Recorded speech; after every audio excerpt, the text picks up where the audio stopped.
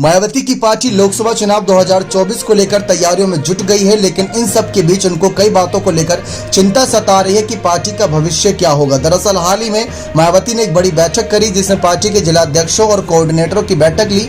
बैठक का मुख्य एजेंडा तो निकाय चुनाव की समीक्षा थी, लेकिन ज्यादा चर्चा अगले लोकसभा चुनाव को लेकर हुई, यानी हार को बुलाकर अब जीत की ओर कदम बढ़ा रही है। आपको बता दें कि लोकसभा चुनाव लड़ने के लिए फंड की जो जरूरत होगी, इस फंड की चिंता मायावती के चेहरे पर साफ नजर आई। मायावती ने नेताओं और कार्यकर्ताओं से साफ कर दिया कि लोकसभा चुनाव के लिए चंदा भी जुटाया जाए। उन्होंने कहा कि पार्टी कार्यकर्ता चुनावी खर्च के लिए पार्टी को आर्थिक रूप से मजबूत रखना कभी ना भूले। बसपा प्रमुख मायावती पर अभी तक एक ही आरोप कई बार लगता रहा।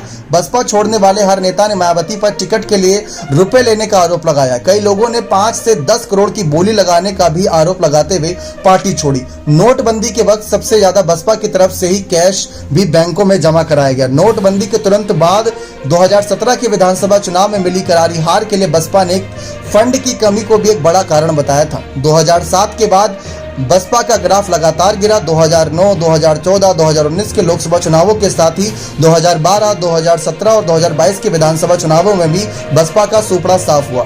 इसी वजह से आपको बता दें कि राजनीतिक दलों के आय, व्यय और नेताओं की संपत्ति और क्रिमिनल रिकॉर्ड पर नजर रखने वाली साइट माय नेता के मुताबिक 2021 में 2022 में बहुजन समाज पार्टी की सालाना आय 85 करोड़ से कुछ अधिक थी, जो उसने उसी साल खर्च भी कर दिया। राज्य में जब विधानसभा केंद्र में या फिर लोकसभा के चुनाव होते हैं तो बसपा की कमाई उस साल आमतौर पर 100 से 200 करोड़ के बीच रहती है।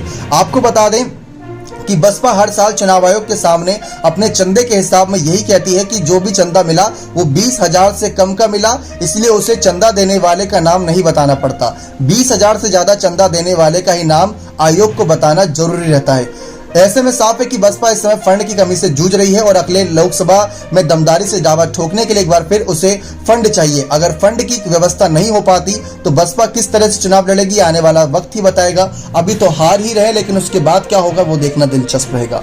बने रहे चैनल के साथ, ऐसी और तमाम जानकारियों के लिए बहुत बहुत धन्यवाद।